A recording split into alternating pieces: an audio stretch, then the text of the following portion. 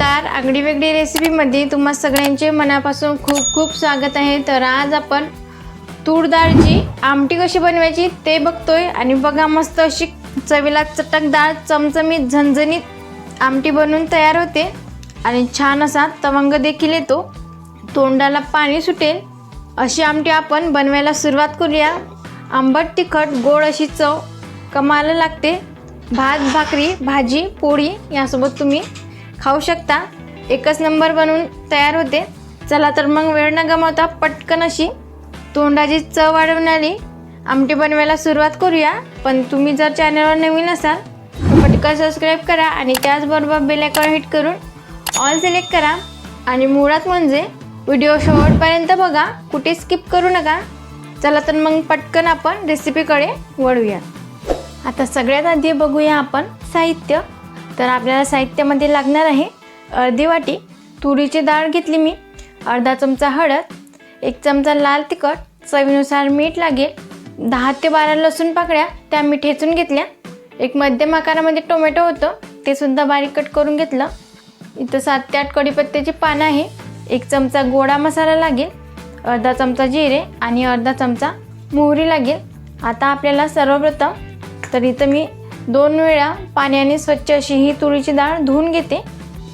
बघा इथं डाळ शिजवण्यासाठी सगळ्यात आधी मी कुकरला या ग्लासाने मोजून 2 ग्लास पाणी घालून घेतलं।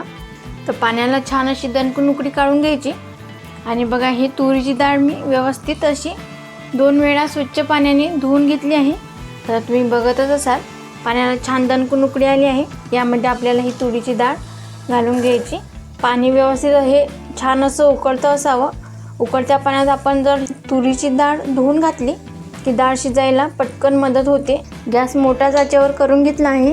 आता बघा यावरती हा जो पेस्ट येतो तो आपल्याला काढून घ्यायचा, कारण हा आपल्या शरीरात जाता कामा नये।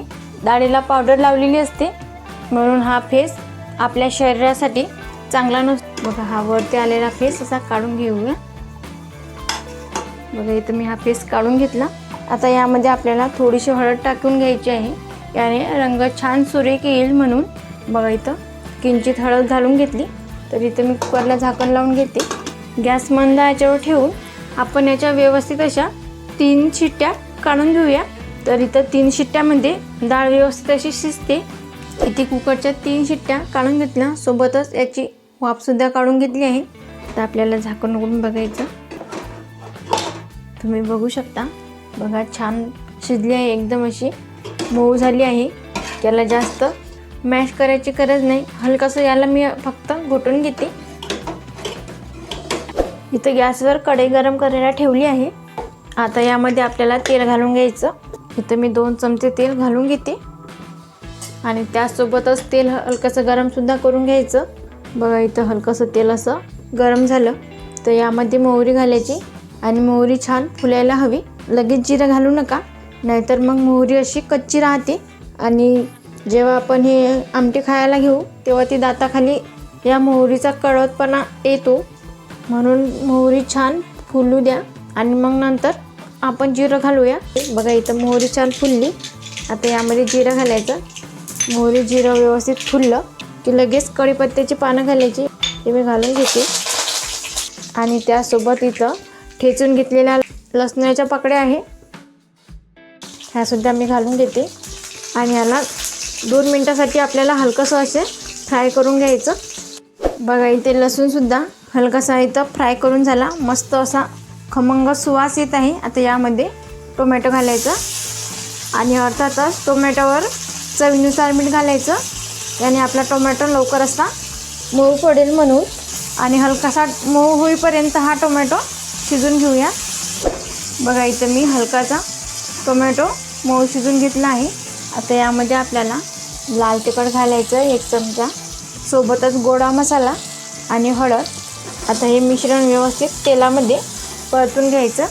तुम्ही बघू शकता काय भारी दिसत आहे आणि सुवासही छान घरभर दरवळला। बघा इथे 2 ते 3 मिनटासाठी हे व्यवस्थित मी मसाले यामध्ये परतून घेतले। फक्त आमटीमध्ये आपल्याला गोडा मसालाच लागेल, आपण जास्तीचे मसाले घातले नाही। आता यामध्ये बघा इथं मी छान ही डाळ घोटून घेतली, तर हे यामध्ये घालायचे आमटी ही पातळ असते म्हणून यामध्ये पाणी घालते. आणखी यामध्ये मी अर्धा ग्लास पाणी घालते. टोटल मी यामध्ये 1.5 ग्लास पाणी घातलं आहे. आता यामध्ये आपल्याला सगळ्यात शेवटी चिंचगुळाचं पाणी घालायचं आहे. तर इथं मी 3 चमचे चिंचगुळाचं पाणी घेतलं, हे यामध्ये घालायचं. याने आमटीला चव छान येते, आंबट तिखट गोड मस्त अशी. तर हे चिंचगुळाचं पाणी कसं बनवायचं, चिंचेचा कोळ घ्यायचा आणि गूळ कुकरला 1 शिट्टी काढून घ्यायची.